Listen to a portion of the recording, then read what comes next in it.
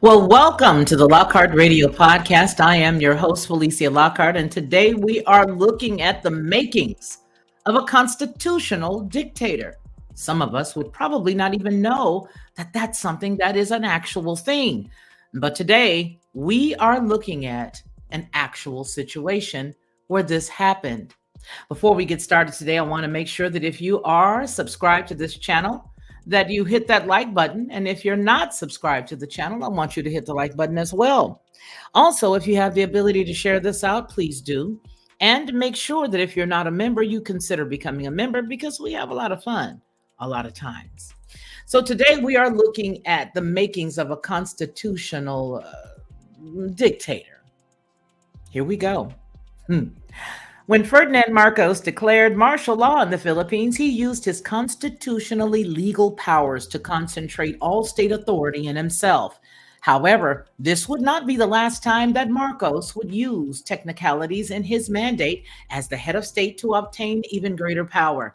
In mere months following September of 1972, Marcos had already set in motion an elaborate plan that would eliminate his checks and balances from both the other branches of government and the Filipino people at large. And everything he did, Ferdinand Marcos took great pains to ensure that his actions would align with the dictates of the law. When necessary measures fell outside of the scope of the existing laws, well, he simply changed the laws to suit his needs before proceeding. For implementing such a strategy, his rapid ascent to what seemed at the time like absolute power, Marcos has been labeled a constitutional dictator. Absolute power. In any democracy, checks and balances are vital. The basic idea is that no single individual has all power, so that he is unable to abuse it. Power is ideally distributed among various bodies so that they may dispense their duties efficiently and balance each other's exercise of authority. The Philippine government is generally divided into three branches. They've got the executive branch, the legislative branch, and the judicial branch. Following the same principles of checks and balances, the president or the executive branch must thus approve laws that are passed by the Senate and the Congress or the legislative branch, while the Supreme Court, the judicial branch, may judge the constitutionality of the president's actions. Toward strengthening his dictatorial powers, Marcos made sure to disrupt this democratic setup. While he already had control of the executive branch as president, he proceeded to take over all other functions that the government had mandate over. In effect, Marcos gave himself total control over the nation. In General Order Number 1, signed September 22nd, 1972, Marcos declared, quote, "Now therefore I, Ferdinand E. Marcos, President of the Philippines, by virtue of the powers vested in me by the Constitution as Commander-in-Chief of the Armed Forces of the Philippines, do hereby proclaim that I shall govern the nation and direct the operation of the entire government, including all its agencies and instrumentalities in my capacity, and shall exercise all powers and prerogatives prudent and incident to my position as such Commander-in-Chief of all the armed forces of the Philippines." By taking control over the entire government, Marcos put himself in a position of absolute power over the laws of the land, with no legitimate body in existence to hold him in check. He personally appointed every provincial governor, city mayor, and municipal mayor throughout the nation. Throughout his term, he issued 1,941 presidential decrees and 1,331 letters of instruction, as well as 896 executive orders. His word was law. Thus, a new constitution, as it became clear that Marcos could indeed exercise absolute power over the Philippine government. One more thing had to be secured: the indefinite extension of this power. In the 1935 Constitution, in effect at the time of Marcos's first and second terms in office, limited the presidency to a total of 2 four-year terms. Marcos' solution? Well, he promulgated a change of constitution, which included the replacement of Congress with the single chamber Barasang Panbansa, or National Assembly.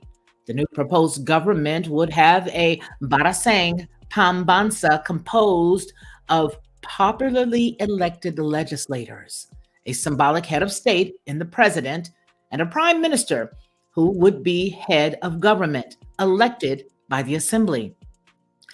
One crucial provision was that the prime minister would retain his powers unless the assembly made it known that they had lost their confidence in him or the president nominated a successor. Moreover, transitory provisions in the 1973 Constitution assigned Marcos a term extension as president. Even before the declaration of martial law, a constitutional convention had already been put in place since 1971 to review the proposed amendments to the existing Constitution. Now, on November 29th of 1972, the convention approved their proposed constitution, and in the following day, it was submitted by the president for ratification by the Filipino people. Now, this move was questioned by some legislators.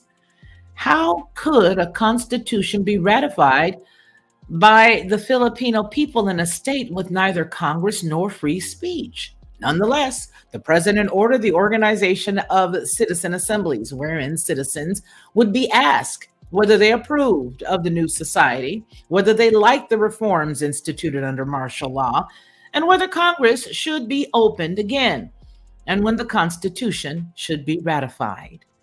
In proclamation number 1102, Marcos announced that 95% of the citizens at the citizens' assemblies approved of the new constitution.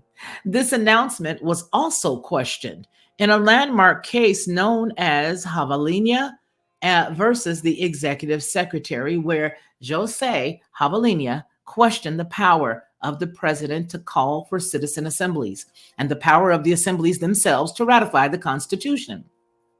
Others alleged that the citizen assemblies themselves had been conducted unscrupulously with force and deception. However, the case was dismissed by the Supreme Court, therefore allowing the 1973 Constitution to take full effect. Marcos had thus succeeded in fulfilling his plans to obtain power. After transitory provisions lived out their course, Marcos was named the prime minister. He had indeed extended his stay in power. The 1973 Constitution allowed him to hold his position indefinitely, and so he did until 1981, at which time he appointed his finance minister, Cesar Virata, to the post. Marcos did not consider Virata a threat to his rule. Well, there you go, folks. That's the making of a constitutional dictator. Let me know what you think down below in the comments. Do you think something like that could happen in the United States? Do you think that something like that could happen in other countries where they have a quote unquote democracy? Let me know down below. Don't forget to share. Don't forget to like. And don't forget to subscribe because, well, we'd love to have you. Hey everyone, it's me, Felicia, of the Lockhart Perspective and Headlines with a Voice. I want to tell you a little secret. This is what I used to do because I don't do it anymore. I would go to the store, buy the barbecue sauce, pour it inside of a bowl, put a whole bunch of different spices, a dash of brown sugar, a dash of maple, and a dash of mustard, stir it all around, and everybody would be like, oh my gosh, this is the best, this is the best. But I was exhausted after all of that, and a lot of times I couldn't remember how many dashes of what I put in it. But I don't have to do that anymore because now I just go to Judge Joe Brown's website and I order his 3-pack of bottled barbecue sauce. It is by far the best, and I do mean the best barbecue sauce I've ever eaten. And when you go to his website and you order his 3-pack, you'll see exactly what I mean. Head on over to jjbbbq.com and order Judge Joe Brown's barbecue sauce. You'll be glad you did, and you're going to tell me about it. I know you will. Lockhart Perspective.